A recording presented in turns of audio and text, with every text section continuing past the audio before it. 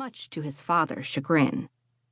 Then, to make sure his mother was equally disappointed in him, Max had stayed behind in Texas as his parents moved on to his father's next duty assignment without him.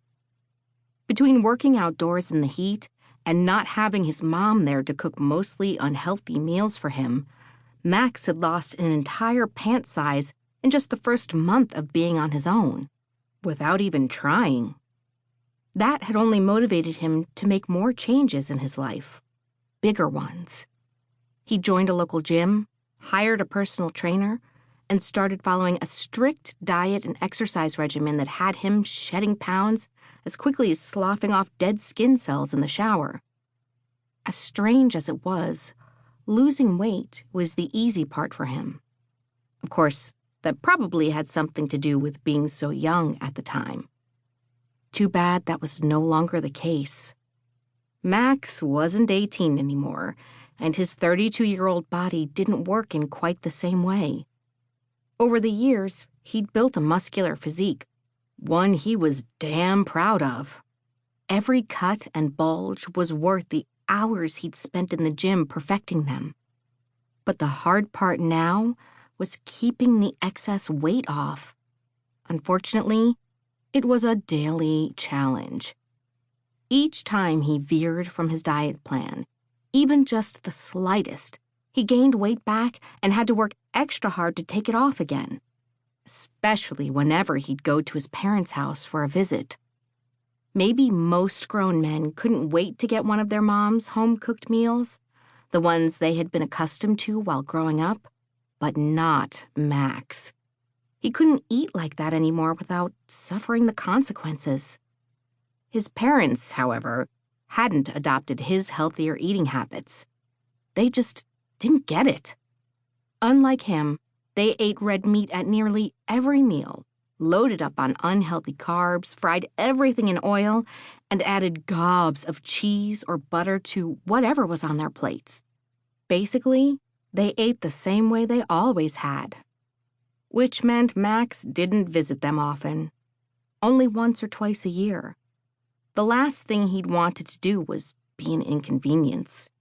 He didn't want to put his mother out by asking her to prepare 2 separate meals, and he couldn't cook to save his own life. So he'd spent the last 2 weeks living off of bagged salads, fresh fruits, raw vegetables, and protein shakes, all the while feeling like he was slowly starving to death. It had been miserable. That was exactly why he couldn't wait to get back into town. Max needed a hot meal or he was going to crack up at any moment. Unrelenting hunger did that to a guy.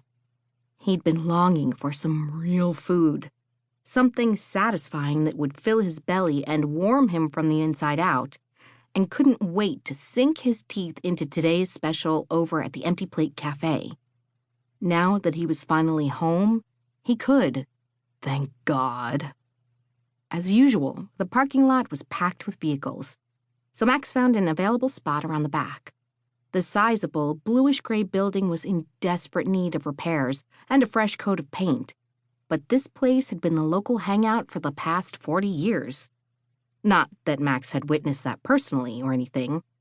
He hadn't even been born when the restaurant first opened, much less lived in Granite. Hell, back then, he'd still been a twinkle in his dad's eye. But that didn't stop him from enjoying it to the fullest now. Max headed inside the restaurant, barely noticing the familiar ding of the door chime as he entered. As usual, he expected to see patrons milling about the room with the dull roar of conversation in the background. But instead, only silence greeted him, which had him coming to a dead stop just inside the doorway. He'd been eating at this place for the past 10 years straight, and not once had he ever seen it so desolate. Instead of calling it the Empty Plate Cafe, maybe the name should be changed to the Empty Cafe, because at the moment, other than him, there was no one else there. Hey, anyone around?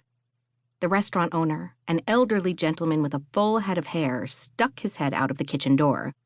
Hey, Max. Good to see you back. Did you have a nice visit with your parents? Max smiled at the kind old man everyone in town